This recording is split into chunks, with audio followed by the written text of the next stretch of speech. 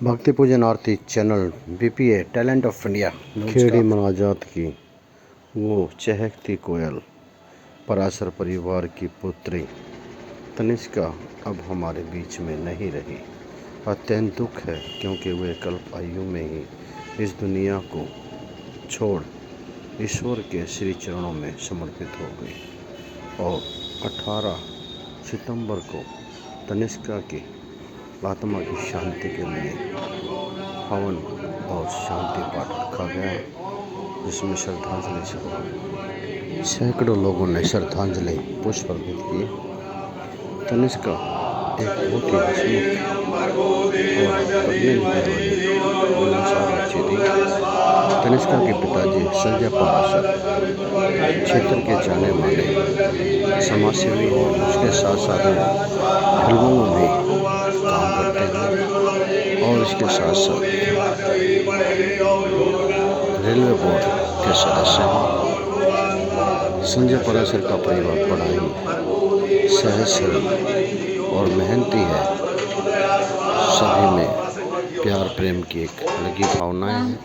क्या हो गया था और हम सलाह भी देने लग जाते हैं, अगर ऐसे नहीं ऐसे करते तो वो बच जाते। पढ़ लिख कर आईएएस करना चाहती थी, तो भी हम क्या कहते हैं, 1 सेकंड रुकिए, मैं थोड़ा सा तैयार होती हूँ।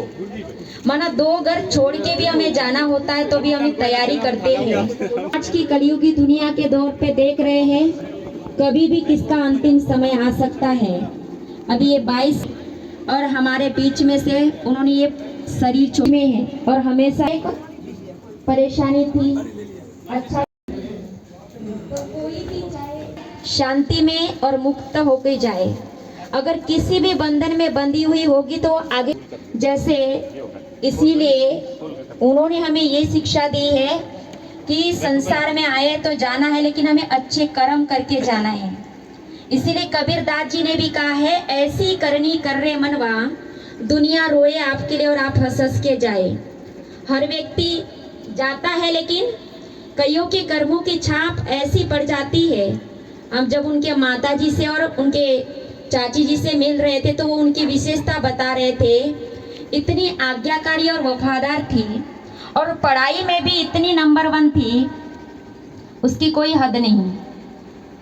ऐसी आत्मा अगर हमारे बीच में से जाता है तो महसूस होता है, लेकिन वो ये उस आत्मा के अंदर जो विशेषता और गुण थे वो हमें धारण करना है और उनके सपनों को भी हमें उजागर करके उनका सपना जो था उसको भी पूरा करना है।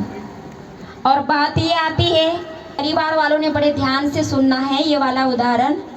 एक माँ थी और उसने भगवान की बहुत प्रार्थना की, उनको संतान नहीं था, इतनी की तो उनको 2 जुड़वा बच्चे हुए, 2 लड़के जुड़वा हुए। उनका नाम उन्होंने रखा था प्रभु प्रसाद। ऐसे करते करते दिन कितने हुआ, उसमें से एक बच्चे ने शरीर छोड़ दिया और रोने लगी, रात दिन रोते रही। और ये देख के कोई उनके घर के सदस्य भी अगर उनको समझाते थे तो वो रोना शुरू कर देती थी।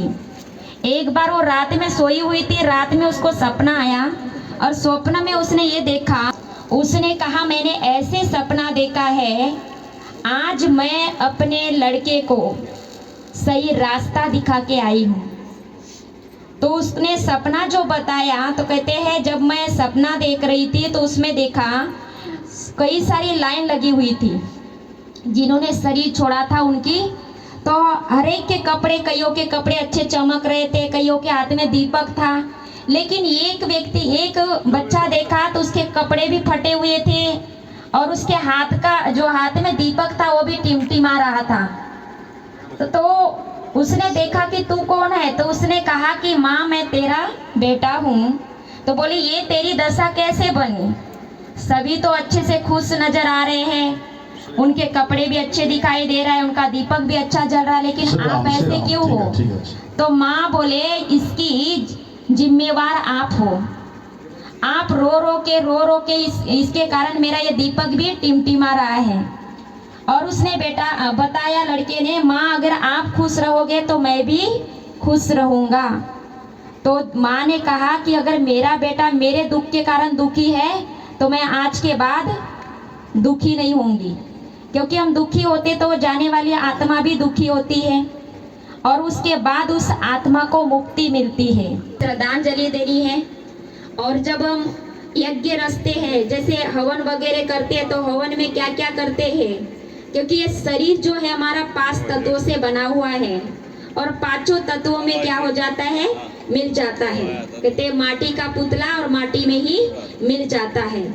इसीलिए जब हवन करते हैं तो सामग्री रखते हैं, जो अमृत होता है वो छिड़केंगे, घी डालते हैं, तुलसी पत्ते डालते हैं, उसके बाद में दूध भी, ऐसे तत्वों से क्या करते हैं, यज्ञ में स्वाहा करते रहते हैं, कई सारी सामग्री भी डालते हैं। लेकिन इसका भावार्थ क्या है, आध्यात्मिक रहस्य क्या है? ये शरीर जो है हमारा 5 तत्वों से बना है। तो इस शरीर के शुद्धताई के लिए हम क्या करते हैं, चरना अमृत जो होता है, वो गंगा जल होता है, वो हम क्या करते हैं, गंगा जल को छिड़कते हैं शुद्धताई के लिए। उसके बाद ये होता है कि तुलसी के पत्ते जो आकाश तत्व, क्योंकि जल, अग्नि, वायु, आकाश और धरती, ये तत्वों से हमारा शरीर बना है। तो 5 तत्वों को शुद्ध करने के लिए इन सामग्री का हम उपयोग करते हैं। उसके बाद में चंदन भी लगाते हैं, तिलक लगाते हैं, और चंदन की लकड़ियां भी, माना उस आत्मा को शीतल बनाने के लिए हम चंदन का उपयोग करते हैं। और घी, आजकल देखो जब हवन करते तो हवन में कोई दूसरी चीजें नहीं डालते, सिर्फ घी डालते। घी एक शुद्धताई की निशानी होती है, इसीलिए। और उसके बाद में अस्थियों को स्वाहा करते हैं तो दूध में मिलाते हैं, और उसमें छोटा सा सोने का टुकड़ा होता है। तो क्या कहते हैं, फिर डालने के बाद कहते हैं, भगवान इस आत्मा को सोने जैसी काया देना। चंचल काया, माना चंचल होता है लेकिन उसको सोने की जैसी काया होनी चाहिए। इसलिए इन सारी चीजों को क्या करते हैं, उपयोग करते हैं। तो वो आत्मा जो हमारे बीच में से ये अपने शरीर को छोड़ के गई है, वो शरीर नहीं छोड़ा है, सिर्फ उसने ड्रेस और एड्रेस छोड़ा है। ड्रेस माना ये शरीर, एड्रेस माना दूसरा घर चुना। इसीलिए हमें दुख महसूस न करते उस मैं अपने तरफ से उसको श्रद्धांजलि दे रही हूँ, और वो आगे की यात्रा बहुत शांति में करे। ओम शांति। अंदर ब्रह्म कुमारी जी तरफ से भाव, और राधिका जी जो आई हैं आपके बीच में भाव रखेंगे कि आप भगत जी भी देखो बहुत ही सेवा भाव रखते हैं। मातृ शक्ति माताओं बहनों, आइए माँ के चरणों में राधिका जी अर्जी लगाती हैं, उसके बाद फिर आगे का भाव रखें। ओम शांति शांति शांति। हरे कृष्णा कृष्णा कृष्णा हरे हरे, हरे राम राम राम हरे हरे। हम सब एकत्रित हुए हैं आज हमारे बीच में से। हमारी प्यारी, हमारी चहेती, हमारी बिटिया रानी तनीषा हमारे बीच नहीं है, और इस शोक सभा में हम सब एकत्रित हुए हैं शोक प्रकट करने।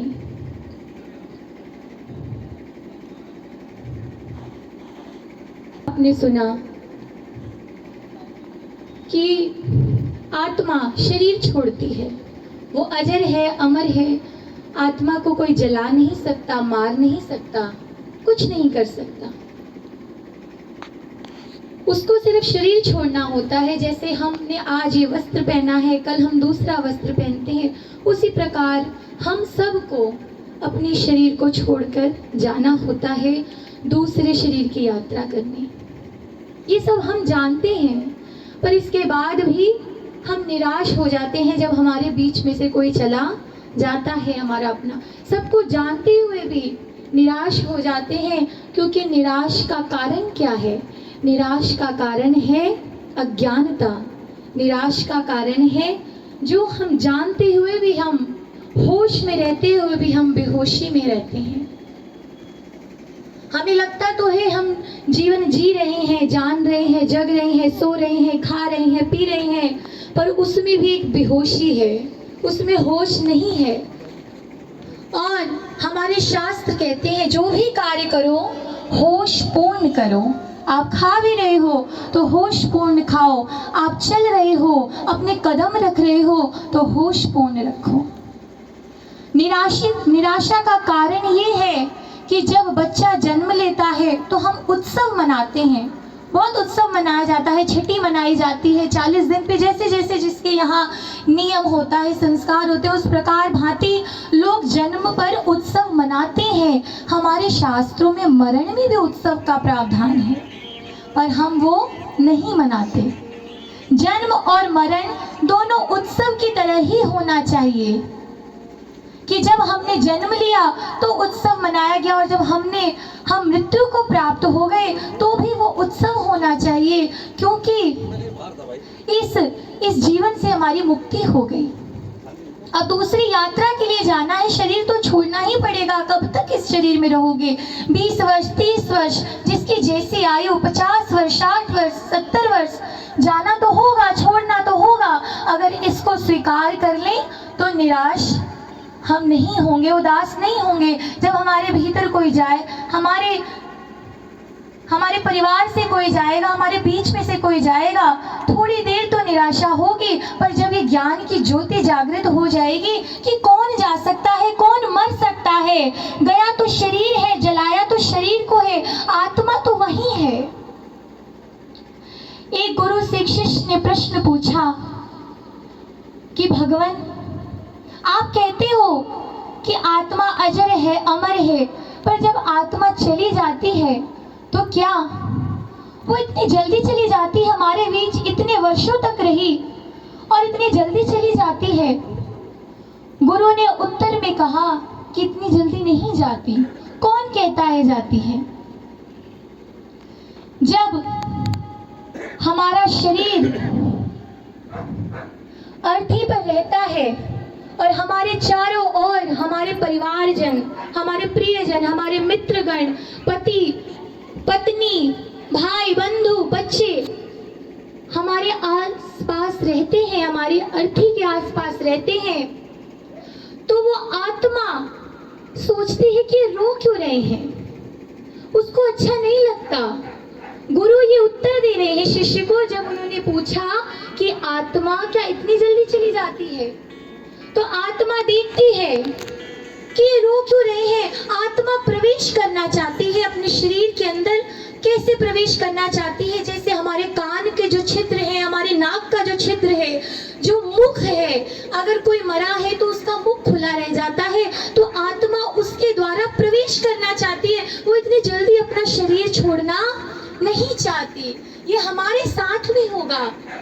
प्रत्येक जब साथ में सब आसपास होते हैं तो वो आत्मा अपने उसी शरीर में प्रवेश करना चाहती है, नाक के द्वारा, कान के द्वारा, मुख के द्वारा, क्योंकि वो स्वीकार नहीं कर पाती कि मैंने अपना शरीर छोड़ दिया है। और कैसे स्वीकार कर ले? इतने वर्षों तक इस शरीर में रहा है। और जब उसकी अर्थी को उठाया जाता है, सब रो रहे होते हैं, राम नाम सत्य कह रहे होते हैं, सब कुछ कह रहे हो, तो फिर भी रोती है। सबके आसपास जाना चाहती है, वो बताना चाहती है कि मैं कहीं नहीं गई, मैं कहीं नहीं गया, मैं यहीं हूँ, पर वो कैसे बताए? क्योंकि कोई उसकी बात सुन नहीं सकता, कोई उसको देख नहीं सकता। इसके लिए तो हमारे पास तीसरी नेत्र, ज्ञान का नेत्र हो तो हम तो देख भी लें, हम तो जान भी लें। हम हैं अज्ञानी, हम कहाँ से जानेंगे? और जब धीरे धीरे शमशान घाट पर अर्थी को ले जाया जाता है, वो आत्मा रो रही होती है, चीख रही होती है, चिल्ला रही होती है कि मुझे जाने दो, मुझे प्रवेश करने दो, मैं अपना शरीर नहीं छोड़ना चाहता, मैं अपना शरीर नहीं छोड़ना चाहती।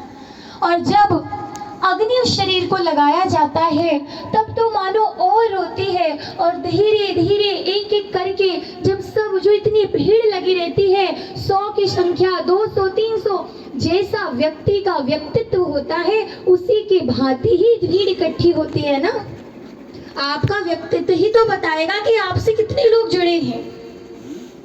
जितने भी लोग जुड़े होते हैं एक एक करके, जब वो सब जा रहे होते हैं तो आत्मा को लगता है कि अब मेरा कोई नहीं जिसको मैंने जीवन भर माँ, पिता, भाई, बंधु, पति, पत्नी, बच्चों के पीछे मैंने अपना ये अमूल्य जीवन व्यर्थ कर दिया। आज मेरे साथ कोई नहीं जा रहा। आज मैं अकेले खड़ी हूँ इस शमशान घाट पर, कोई मेरा नहीं है। ये बात है कि नहीं है?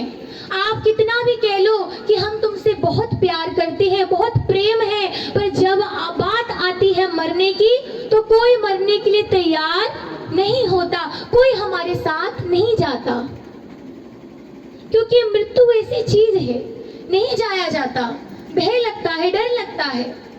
और आत्मा चीखती है, चिल्लाती है, कोई उसकी आवाज अब सुनने वाला है ही नहीं। कौन है? सब तो क्रिया कर्म कर कर चले गए, सब चले गए, राम नाम सत्य कह के चले गए। भले उन्होंने अपने पूरे संपूर्ण जीवन में जाना ना हो, इसका अनुभव ही ना किया हो कि राम नाम में कितनी सत्यता है, पर अंतिम क्षण में राम नाम सत्य कहने में बड़ा मजा आता है। राम को जाना नहीं, सबके भीतर राम का दर्शन करा नहीं, और अंत में बोल दिया राम नाम सत्य है। क्या तुमने जाना कि राम नाम सत्य है? क्या हमने जाना? क्या ये अनुभव करा?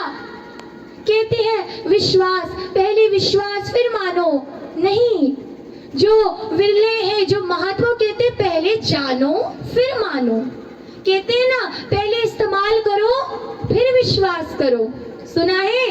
तो हमारे यहाँ भी है कि पहले जानो फिर मानो। जब तक आपने जाना ही नहीं कि राम नाम सत्य है, आप बोल कैसे सकते हैं कि राम नाम सत्य है? केवल सुनी सुनाई बात में आपने कह दिया राम का दर्शन तो करा ही नहीं, राम की सत्यता को तो देखा ही नहीं, क्या जानो राम नाम सत्य है? ये दृष्टि में हमेशा भेद रहा, भाव रहा, अपने तो अपने लगे और दूसरे दूसरे लगे। राम का दर्शन, राम की सत्यता तो तब है जब अपने और दूसरों में भी आपको राम दिख जाए। पत्थर की मूर्ति की पूजा तभी होती है जब आपने सब में दर्शन कर लिया। बाद में जब आपसे पूछा जाए कि इस पत्थर में परमात्मा दिखता है, तो आपके मुख से निकले हाँ, इस पाषाण में भी परमात्मा है। पत्थर की मूर्ति पूजने का अर्थ है कि हमने सब में परमात्मा का दर्शन करा। ये पत्थर में भी, आकाश में, जल में, वायु में, पेड़ पौधे इत्यादि जीव जंतु, हमने सब में परमात्मा का दर्शन करा। उसकी चीख चिंगार सुनने के लिए वो आत्मा रो रही है, रात्रि हो गई, और उसके सामने कौन प्रकट होता है? उसके सामने प्रकट होते हैं सदाशिव, सांब सदाशिव। उसके सामने प्रकट होते हैं और कहते हैं, तो किसके लिए रोता है? तो किसके लिए रोती है?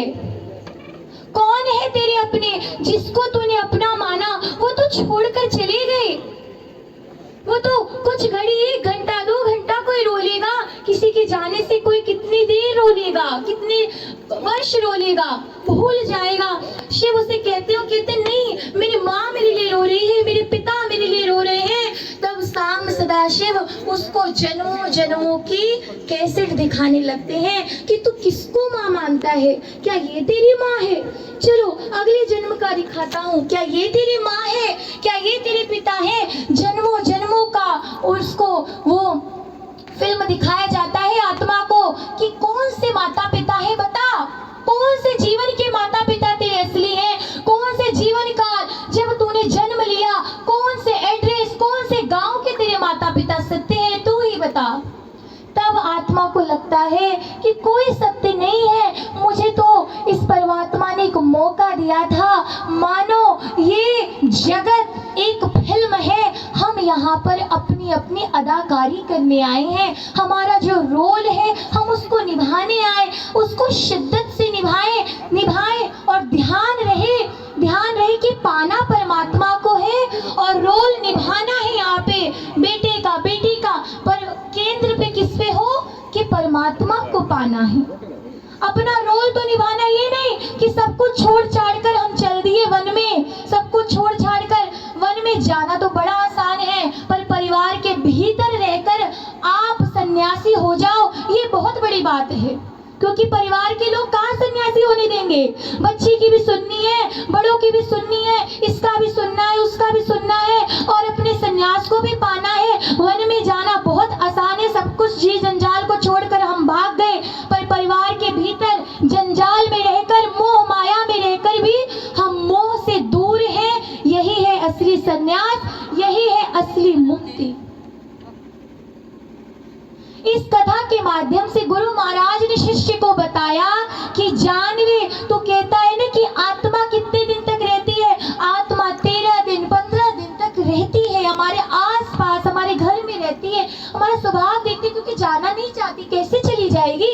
अभी शरीर छोटा हो इतनी जल्दी चली भी गई नहीं, रहती है आसपास। इसी प्रकार अगर हमसे कभी किसी को हमने गलत कह दिया हो, किसी के साथ बुरा कर दिया हो, तो हमें बार बार क्षमा याचना करनी चाहिए, क्योंकि ये पृथ्वी लोक है, ये कर्म भूमि है। आप जैसा कर्म करोगे वैसा फल आपको मिलेगा।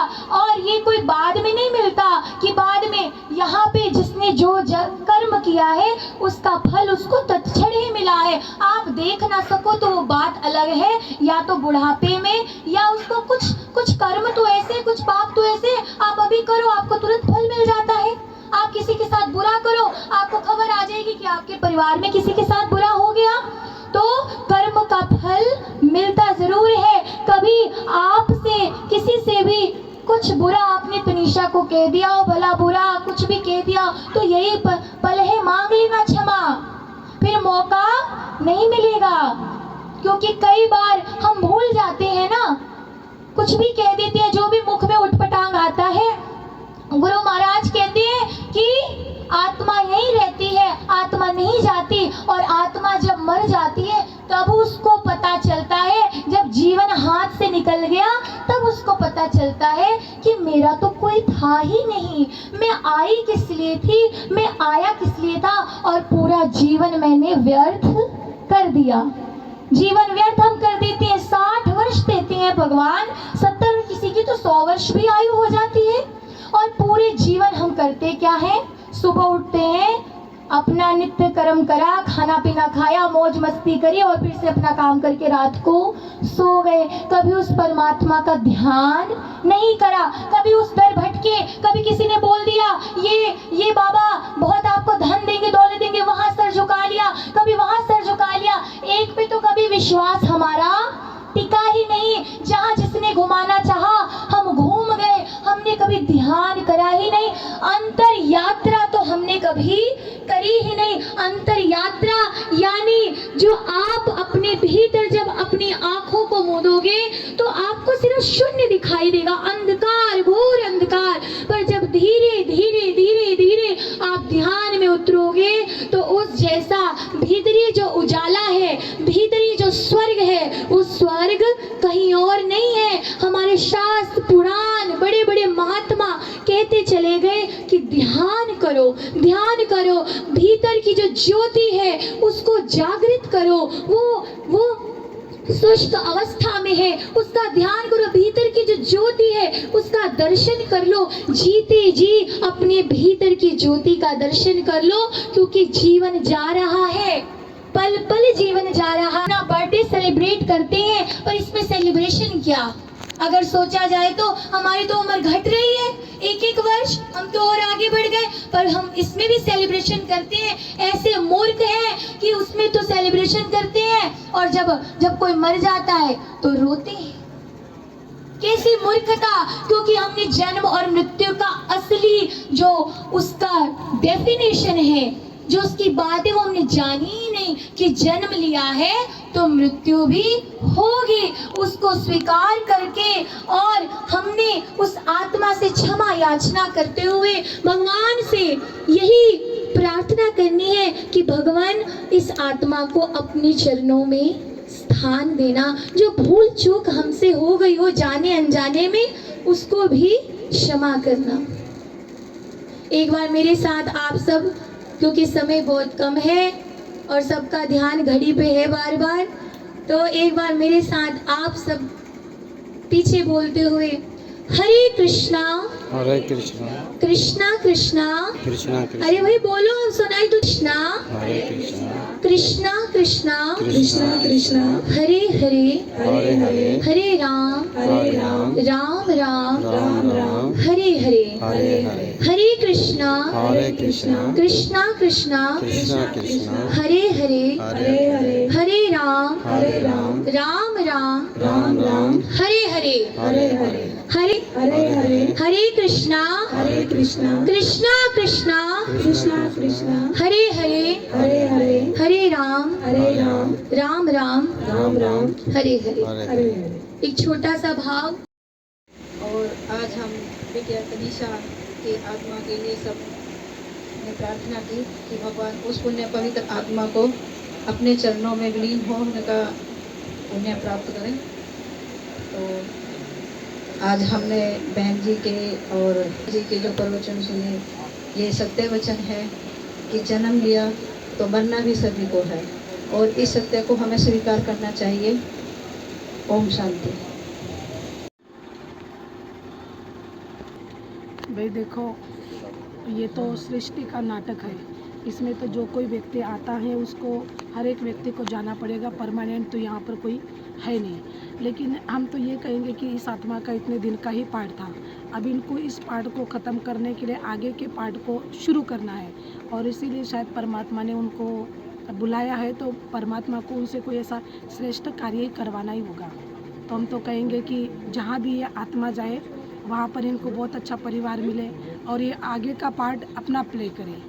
लेकिन परिवार जो दुख मानता है, दुख मानने का तो कारण ये है कि हमारे रिश्ते जुड़े हुए, देह के रिश्ते जुड़े हुए हैं। क्योंकि हमें तो आत्मा का ज्ञान नहीं है, हमें शरीर का ज्ञान है। तो हम शरीर को ही देखते रहते कि ये मेरी बेटी है या मेरा बेटा है। अगर हमें आत्मा का ज्ञान हो कि ये सोल है और ये हमारे पार्ट बदलते रहते हैं, तो ऐसा नहीं कि उनको ठेस पहुंच रहा है, दुख हो रहा है। क्योंकि उनकी अपनी बच्ची थी। कोई भी व्यक्ति हो, हर एक व्यक्ति को दुख होगा, लेकिन अब वो दुख को थोड़ा समझने के लिए टाइम लगेगा। जो आत्मा गई है उसके लिए भावपूर्ण श्रद्धांजलि। हम देखते हैं कि संसार में दो दो शब्दों का खेल चला आता है, सुख दुख, निंदा स्तुति, मान अपमान और जन्म और मृत्यु। जब जन्म मृत्यु की बात आती है तो व्यक्ति दुखी हो जाता है। लेकिन चाहे हम माने न माने, लेकिन इससे हमें गुजरना पड़ता है। क्योंकि इंसान जब जन्म लेता है तो उसकी मृत्यु भी निश्चित है। लेकिन जिस आत्मा का जितने दिन का ही पार्ट होता है उसको उतने दिन ही पार्ट बजाना है। तो ये हमारे बीच में जो आत्मा गई हुई है उसका भी इतने दिन का ही पार्ट था। लेकिन जैसे आप सवाल कर रहे थे कि जो घर के सदस्य दुखी होते हैं, अगर ये दुखी होंगे तो आत्मा जाने वाली भी दुखी रहेगी। तो इसीलिए उसको शांति और मुक्ति देने के लिए हमें दुख न महसूस करके उस आत्मा को शांति का हमें दान देना है। और शांति का दान देंगे तो आत्मा भी जहाँ भी जाएगी वो सुखी रहेगी। नहीं तो उसका खिंचाव इधर रहेगा और वो वहाँ जाके भी वो अपने आप को शांत महसूस नहीं कर पाएगी, मुक्ति का अनुभव नहीं कर पाएगी। इसलिए उस आत्मा को हमें मुक्ति देना है। तो यहाँ से ही हमें ये सोचना है, कोई बात नहीं, इतना उस आत्मा में जो अच्छे संस्कार थे वो हमें धारण करना है। क्योंकि व्यक्ति इस संसार से जब जाता है तो ड्रेस और एड्रेस चेंज करता है। ड्रेस माना ये शरीर, एड्रेस माना दूसरा घर, तो दूसरे घर में जाती है। जैसे कहते हैं हम डेली सोते रहते हैं, सोते हैं, लेकिन सोना तो हमें यहाँ है, लेकिन जागना हमें दूसरे जन्म में है। तो एक मृत्यु की एक प्रक्रिया है, इसको हमें स्वीकार करना है। ये स्वीकार करेंगे तो हम जीवन में आगे भी बढ़ सकते हैं और वो आत्मा भी आगे बढ़ सकती है। सदा तुम किए जा रहे हो, कृपा पर कृपा तुम किए जा रहे हो। जो कुछ भी हो सिर्फ तेरे सहारे, ये मालूम जग में न कोई हमारे, मगर फिर भी उलझता हूं उनमें ही मोहन। प्यार फिर भी तुम मुझे किए जा रहे हो, कृपा पर कृपा तुम किए जा रहे हो। अधम से अधम हो रहा हूं मैं, लेकिन कृपा पर कृपा तुम किए जा रहे हो।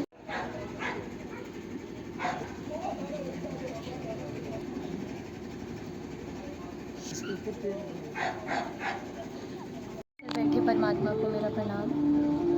आज हम सब संजय पराशर जी के यहाँ बहुत दुखद घटना है। उनकी सुपुत्री तनीषा जी आज हमारे बीच में नहीं है। आज उनको श्रद्धांजलि देने हम सब एकत्रित हुए हैं। इस शोक सभा में हम सब आए हैं। परमपिता परमात्मा तनीषा को अपने चरणों में स्थान दें, हमारी यही कामना है। राजकुमारी योगी और ग्रीन सोशल का संगठन की अध्यक्षा, और आज हमारी समष्टि संजय भाई पारासर जी के यहाँ पहुँची राजकुमार भी हैं और हम सबकी प्रार्थना है कि भगवान से उनके अपने चरणों में लगा दें और अपने पवित्र आत्मा को शुद्धता प्रदान करें। देखो, जो आज हमारी बेटी हमारे मध्य में नहीं है, लेकिन उसके जो विचार है, जो उसके जो संस्कार, लाखों हमारी बेटियों को प्रेरणा देते हैं उसके संस्कार। वो एक बहुत अच्छी बेटी थी, लेकिन हमें बीच में छोड़कर चली गई, लेकिन उसके द्वारा बहुत ऐसे काम किए गए वो हमें हमेशा प्रेरणा देते रहेंगे। और संजय भाई साहब के इस दुख में पूरा वर्ल्ड ब्राह्मण फेडरेशन की तरफ से मैं हरियाणा का प्रतिनिधित्व कर रहा हूं, और पूरा वर्ल्ड ब्राह्मण फेडरेशन इस दुख की घड़ी में संजय पराशर जी के परिवार के साथ कंधे से कंधा मिलाकर खड़ा है। और भगवान से यही प्रार्थना करते हैं कि वो हमारी बिटिया के पुण्य आत्मा को अपने श्री चरणों में उचित स्थान दे। वो जहाँ पर भी है वो हमेशा एक फूल की तरह खिलखिलाती रहे। इतनी ही बात कह के अपनी वाणी को विराम देता हूँ। ओम शांति। से यह प्रार्थना करें कि भगवान तनिषा को अपने चरणों में स्थान दे, ऐसी काबिल लड़की जो हमारे बीच से वो पहनना शुक्र पूजा कर, इसको एज ए भगवती मान, वो भगवती भगवती ही है ये, और बुलानी नहीं है इसको, जाने दे, गई है वो, सही गई है।